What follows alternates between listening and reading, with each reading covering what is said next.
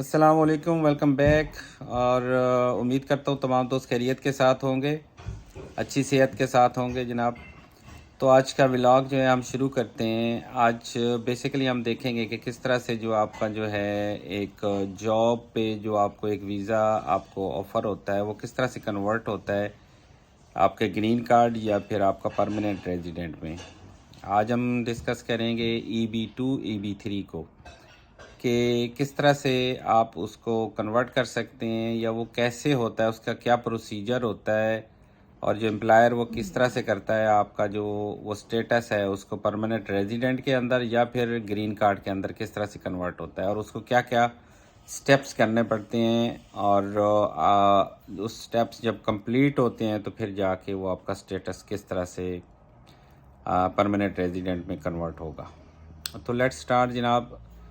सबसे पहले तो ईबी जो है एम्प्लॉयमेंट बेस्ड वीज़ा होता है, उसमें दो टाइप जो हम डिस्कस कर रहे हैं EB2 EB3 है। तो उसमें आपके लिए एक एम्प्लॉयर होना चाहिए जो यूएसए के अंदर है, जो आपको जॉब ऑफ़र हो रही है। सबसे पहले जो एक चीज़ देखी जाती है कि जो उस एम्प्लॉयर को एक्सपीरियंस, एजुकेशन या वो डिग्री जो चाहिए उस पे आप अगर पूरा उतरते हैं और आपको वो जॉब ऑफ़र करता है तो वो आपके लिए प्रोसेस करता है यहाँ से नेक्स्ट जो चीज़ें इन्वॉल्व होंगी उसमें। इसमें दो तरह की चीज़ें हैं, या तो आप यूएसए के अंदर हैं और यहाँ से आपको जॉब ऑफ़र हो गई है, जॉब मिल गई है और आप यहाँ से आपका वो प्रोसेस करके आपका स्टेटस चेंज करवा दे, या फिर ये होता है कि अगर आप यूएसए के बाहर हैं और वहाँ से जॉब आपको ऑफ़र हुई है तो उसमें क्या चीज़ें इन्वॉल्व होंगी और किस तरह से सारा प्रोसेस होगा। तो इसमें सबसे पहले जो चीज़ देखी जाती है यहाँ से जो डिपार्टमेंट ऑफ लेबर है उसकी इन्वॉल्वमेंट होती है, या फिर जो USCIS जो होता है यूनाइटेड स्टेट्स का इमिग्रेशन या सिटीज़नशिप का जो डिपार्टमेंट होता है। तो ये प्रोसेस सारा इन दो के मतलब में चलता है। ये सारी ये जो अथॉरिटीज़ हैं इस चीज़ को देख रहे होते हैं। अच्छा, इस पर डिपार्टमेंट ऑफ लेबर में सबसे पहले एम्प्लॉयर को जो प्रिवेलिंग ऑफ वेज है वो सबमिट करवानी पड़ती है। अब प्रिवेलिंग ऑफ वेज क्या है? ये एक ऐसी वेज है, एक ऐसी सैलरी होती है जो कि यूएसए के अंदर एक एम्प्लॉई को मिल रही है या फिर उस एम्प्लॉयर ने उस एम्प्लॉई को देनी है। और उसके ऊपर डिपार्टमेंट ऑफ लेबर ये देखेगा आया कि वो जो एम्प्लॉयर है वो उस तरह की या उसके अकॉर्डिंग जो वेज दे रहा है या वो सैलरी दे रहा है उसके मुताबिक है, या जो कि यहाँ पे एक यूएसए के अंदर रहते हुए या एक सिटीज़न है या जो बंदा यहाँ पे जॉब कर रहा है उसको अवेलेबल है उस क्वालिफ़िकेशन, डिग्री या उस एक्सपीरियंस के अकॉर्डिंगली। तो सबसे पहले तो ये एक वेज का स्टेप होता है जो कि एम्प्लॉयर को सबमिट करवाना पड़ता है उसके अंदर। अब दूसरा स्टेप जो इसके अंदर इन्वॉल्व होता है उसमें एक चीज़ ये आती है कि डिपार्टमेंट ऑफ लेबर ये देखता है जनाब कि अगर वो एम्प्लॉयर जो है उसने कोई ऐसा अपना उस जॉब के रिलेटेड ऐड दिया है, किसी वेबसाइट है या कोई न्यूज़ है, न्यूज़पेपर है, या फिर और कोई जो उसके सोर्सेज हैं जिससे वो अपनी जॉब को मतलब ऐड देते हैं या उस जॉब उस वैकेंसी का जो है पब्लिक के लिए कि जनाब वो हायरिंग कर रहे हैं या किस तरह से है।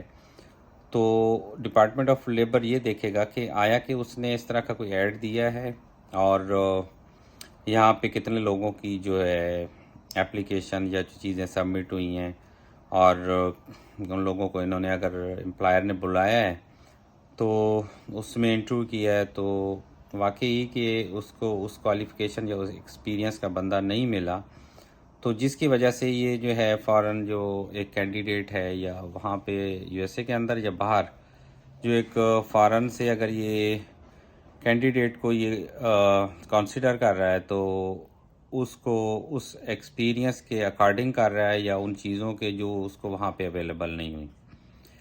तो ये दूसरा स्टेप इसके अंदर ये आ जाता है, रिक्रूटमेंट इसे कहते हैं, और इसमें पूरा डिपार्टमेंट ऑफ लेबर जो है पूरा प्रोसेस करता है और वो सारी चीज़ें इसको देख रहा होता है। अब तीसरा स्टेप जो इसके अंदर इन्वॉल्व होता है इसमें एक उसे परम एप्लीकेशन कहते हैं। अब ये वो एप्लीकेशन होती है जिसमें कि वो एम्प्लॉयर अपना सारी चीज़ें उसको बताता है डिपार्टमेंट ऑफ लेबर को कि जनाब मैंने ये प्रोसेस किया, मैंने ये सारे स्टेप कर लिए। तो अभी मैंने जो फ़ाइनल किया, तो ये बंदा है या ये कैंडिडेट है जो कि यूएसए से बाहर है या यूएसए का सिटीज़न नहीं है, तो मैंने इसको हायर करना है। उसकी जो क्वालिफ़िकेशन ये है, इस जॉब के रिलेटेड उसका एक्सपीरियंस इतना है और उसकी जो डिग्री है वो इस तरह से है जो कि मुझे चाहिए। तो मैं अब इसको हायर करना चाहता हूँ।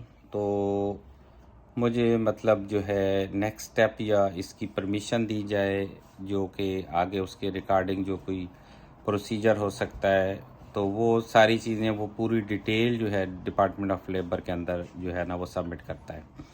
तो अब ये 3 स्टेप जो हैं, एक तो प्रिवेलिंग ऑफ वेज होता है, उस वेज को देखना, फिर रिक्रूटमेंट है, और तीसरा स्टेप जो इसका फ्रॉम एप्लीकेशन का होता है, जो रिक्वेस्ट होती है एम्प्लॉयर की तरफ से। तो ये सारी चीज़ें जो है ना, इसका प्रोसेस जो है, सारी चीज़ें डिपार्टमेंट ऑफ लेबर के अंदर होती हैं।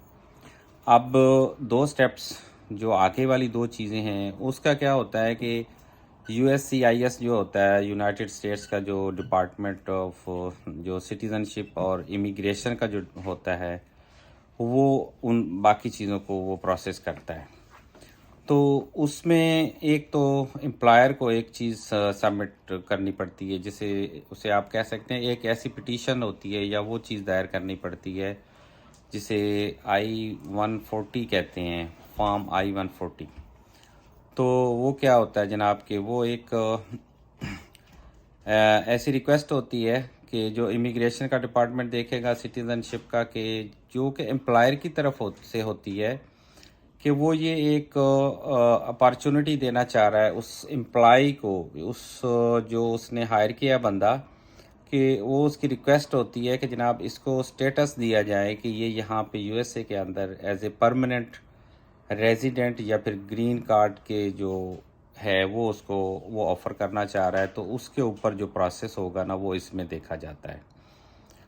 तो इसके अंदर सारा प्रोसेस जो है यूएससीआईएस के अंदर होगा। फिर जो फाइनल स्टेप होता है या फाइनल जो इसमें चाह के रिक्वायरमेंट होती है, वो भी यूएससीआईएस के अंदर एम्प्लॉयर की तरफ से होता है। उसमें स्टेटस जो चेंज होना होता है उसका, वहाँ पे यूएसए के अंदर उसका जो स्टेटस चेंज होना है परमानेंट रेजिडेंट के अंदर, तो वो या फिर कॉन्सुलर प्रोसेसिंग होती है उसको, ये यानी कि एक स्टेप जो फाइनल इसमें आएगा ये इन्वॉल्व होता है। अब इसमें 2 तरह की चीज़ें हैं।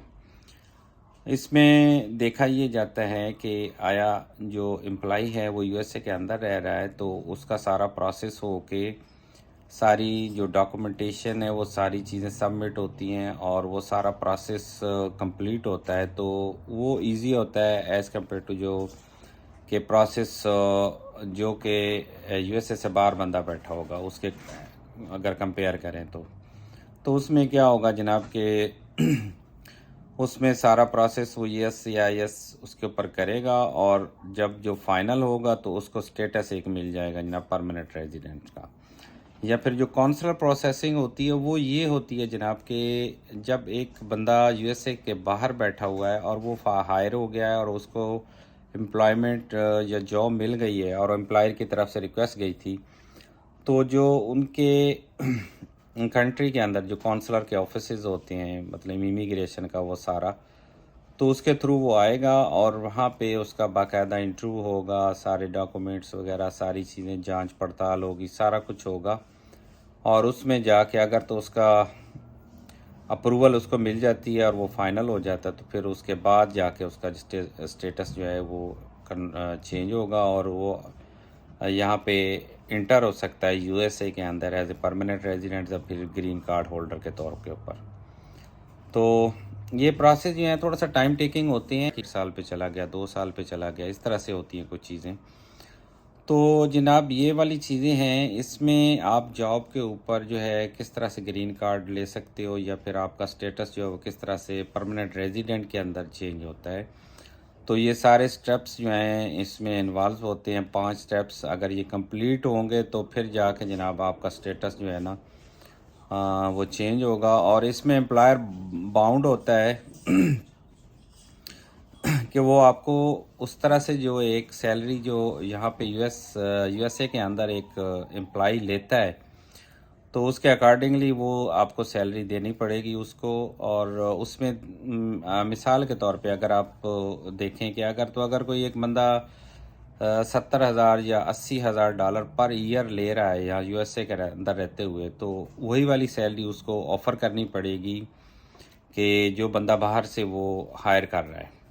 फिर उसकी सारी क्वालिफ़िकेशन, उसका एक्सपीरियंस, उसकी डिग्री, उसका वो सारी चीज़ें देखी जाएंगी। और इसके अलावा जो सबसे बड़ी चीज़ है, डिपार्टमेंट ऑफ लेबर एक और चीज़ भी देखेगा कि जनाब वो जो जॉब है वो परमानेंट जॉब होनी चाहिए, कोई सीजनल या टेम्परेरी जॉब नहीं होनी चाहिए। तो परमानेंट जॉब ज़रूरी है इसके अंदर। सीजनल और टेम्परेरी जो होती हैं वो कुछ अरसे के लिए होती हैं, जिसमें कि उन्होंने अपने पीक टाइम में कुछ लोगों को हायर करना होता है और वो मुस्तकिल जॉब नहीं होती। और उसके बाद अगर वो जॉब ख़त्म होती है तो जो एम्प्लॉई होता है वो किसी किस्म का उनको कोई लीगल या कोई इस तरह का इशू नहीं कर सकते। जबकि जो परमानेंट जॉब होती है वो उसमें बहुत सारी चीज़ें जो है एम्प्लॉई को मतलब सपोर्ट होती है या गवर्नमेंट की तरफ से कुछ राइट्स या चीज़ें होती हैं। तो अब इसमें डिपार्टमेंट ऑफ लेबर की तरफ से जो चीज़ है कि जनाब ये वो जॉब हो कि जो परमानेंट हो और सीजनल या टेम्परेरी जॉब ना हो। और एक और चीज़ भी डिपार्टमेंट ऑफ लेबर इसमें देखता है कि आया कि एम्प्लॉयर जो वो बंदा हायर कर रहा है तो वो एम्प्लॉयर इस तरह से है कि वो ये सैलरी जो उसके साथ उसकी फ़ाइनल हुई है कि वो उसको दे सकता है या नहीं दे सकता। और इसके बाद फिर ये सारे जो स्टेप्स कंप्लीट होते हैं तो फिर जाके आपका जो एक स्टेटस है वो ग्रीन कार्ड के अंदर कन्वर्ट हो जाता है या फिर परमानेंट रेजिडेंट के अंदर आपका कन्वर्ट हो जाता है। तो इस तरह से आप जो है जनाब यूएसए के अंदर फिर इंटर होते हो, अपनी जॉब स्टार्ट करते हो और फ्रीली आप मूव कर सकते हो। आपको तमाम राइट्स होते हैं। मल्टीपल ईयर वीज़ा होता है ये, जिसमें कि 10 साल का हो सकता है या फिर 6 साल या 10 साल का हो सकता है। तो उसमें आपको तमाम बेनिफिट्स जो यहाँ पे एक रेजिडेंट एम्प्लॉई को मिल रही होती हैं तो वो सारी चीज़ें आपको अवेलेबल होती हैं।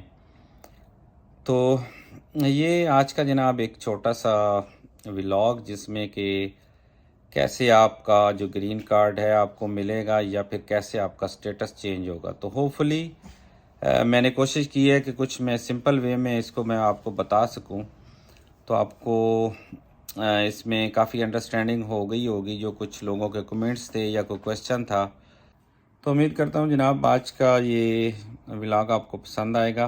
तो काइंडली अगर पसंद आया तो इसको लाइक कीजिएगा, शेयर कीजिएगा और चैनल को सब्सक्राइब कीजिएगा और बेल आइकन को ज़रूर दबाइएगा ताकि आप तक आने वाली नई जो अपडेट या वीडियो वो पहुंचती रहे।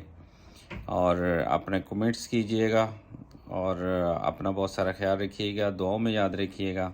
अल्लाह हाफिज़।